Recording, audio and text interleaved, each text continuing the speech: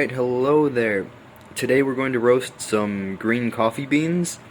As you can see here, they're a little bit green. I actually have a mixture of beans here I got from this nice website called Coffee Bean Corral. This was a deal. Alright, the seasoning beans, so they're meant to buy to season a roaster that you have, but I don't have a roaster, and I don't want to get a roaster because I like to roast beans in a skillet. I'm going to show you how I do that today. Last time I tried to take a video, the fire alarm went off in my apartment, so that was turn the heat off. You can see this whole process took about 10 minutes. An ordeal, and the video was not completed. So I made sure to open this large door that I have today so that will definitely not happen again. I'll also be using the vent on the microwave, the vent fan. That's going to help a lot as well, because when you roast coffee it does smell. It's very smoky. So without further ado, let's begin here.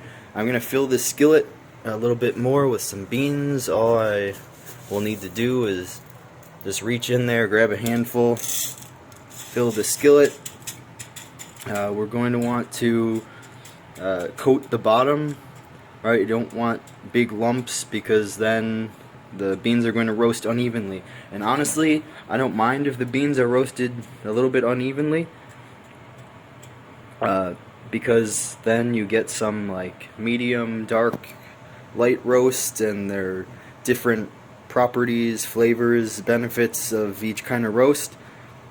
But if you do really want the most homogeneous kind of roast possible, then you would want to definitely just coat the bottom of your skillet if you're doing it this way.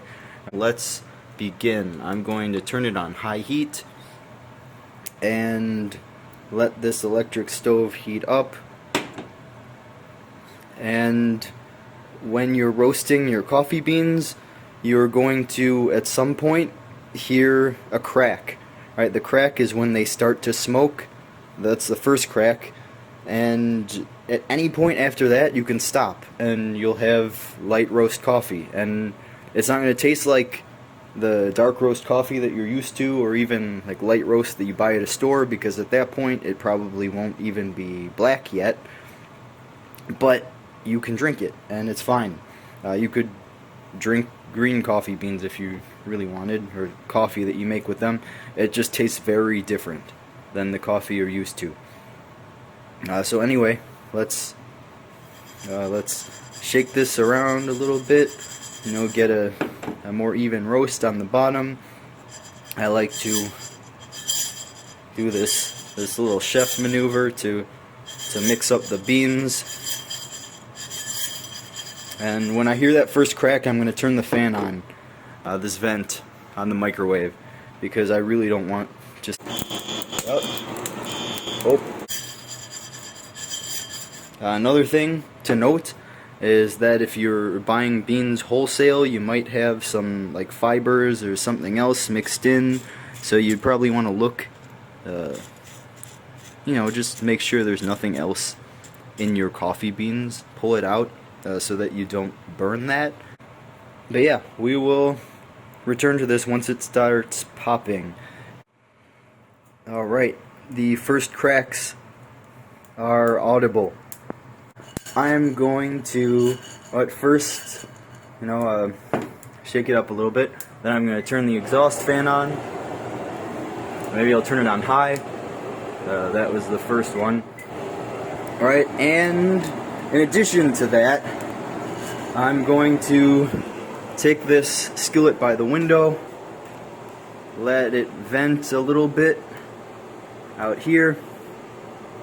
Your host will smell less like roasted coffee if you do this. You can hear that roasting, and you can see that some of the beans have darkened significantly. It's been only 3 minutes since I turned off the recording. You do our little chef maneuver and take them by the window again. Very nice balcony here. As you can see, it gets very smoky when you do this. So you have to be ready for that. Alright, I'm going to put it back on the stove. It's almost done.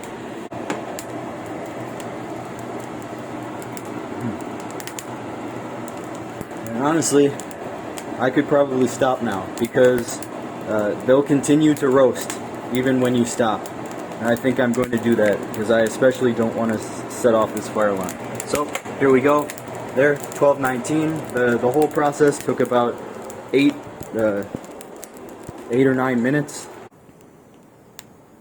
So that's, that's just to give you an idea of it. This skillet is still very hot, of course, and you can also tell that the beans are kind of oily now. That's a really nice thing about fresh roasted coffee, is the oils are mostly retained right in the beans, whereas like they haven't been sitting on a shelf for a long time, or who knows what else they do to commercial beans.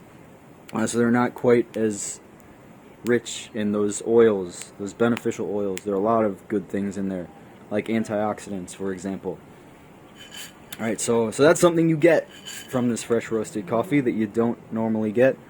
A lot more flavors, a lot more, hopefully more nutritional value, and it's like alchemy, right? Because you're making the food or drink that you consume, rather than just buying it from someone else that made it. You can appreciate those coffee beans rather than just appreciating the dopamine fix from your daily caffeine, or in addition to that, maybe, because we all do enjoy that as well.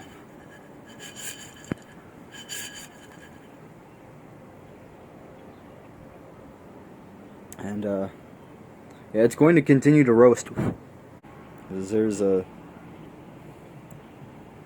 lot of stuff that is volatilizing, right, including some of those oils, which is maybe one reason why you would want to have a more expensive roaster, right? But in either way, you can see it's very oily.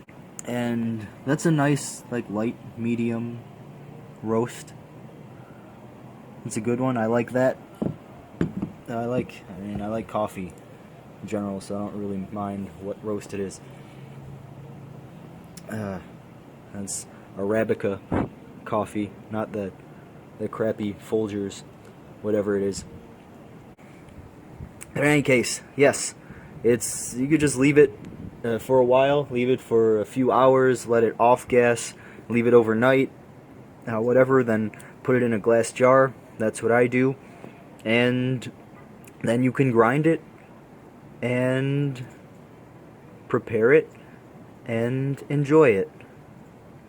So, I hope you've learned something, and happy roasting. Thanks for watching.